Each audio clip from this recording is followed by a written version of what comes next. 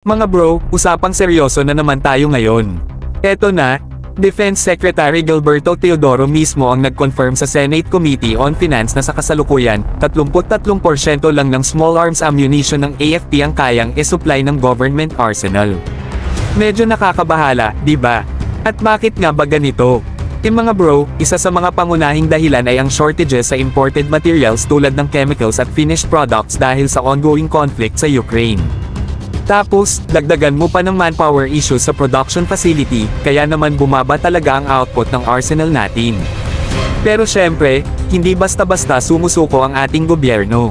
Sinabi ni Secretary Teodoro na ang government arsenal ay naghahanda na para i-level up ang capability nito at mag-produce ng higher caliber cruiser weapons ammunition.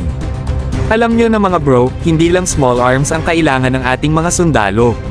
Kailangan din natin ng 105mm at 155mm howitzer ammunition, pati na rin ang 60mm at 81mm mortar ammo at 40mm tube-launched grenades. Lahat yan ay napaka-importante para sa heavy firepower ng ating puwersa.